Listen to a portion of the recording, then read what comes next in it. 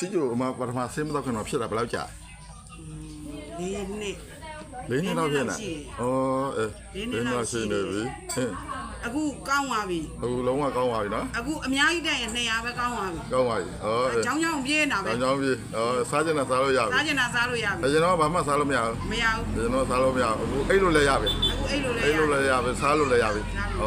ဟုတ်ကဲ့ကောင်းတယ်တော့ကောင်းပါပြီအခုလိုပြောက်တာပြောလားပြောတာပေါ့ဒီပေါက်တာလည်းပြောတယ်အမတို့စီကျိုသမားတွေဗာပြောချင်တယ်ဆရာဆေးကို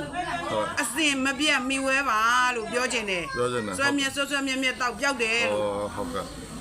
အဲ့ဒါပါပဲ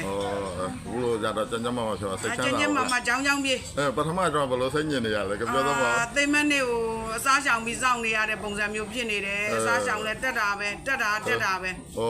အခုလိုရှောင်နေရတဲ့လူတွေကိုဘာပြောချင်ပြောသမောအဲ့လိုမျိုးအခုမရှောင်နဲ့အဲ့ဆေးသားဆေးကိုမမှန်တော့မရှောင်နဲ့စားအားလဲရှိတယ်ကျန်းလဲကျန်းပါတယ်အခုပြောက်တာဆိုဘာနဲ့ရှိပါ့တနေ့လောက်တနေ့ဖြစ်ပြီနော်ကြော်ရင်တော့ကြော်ပြီ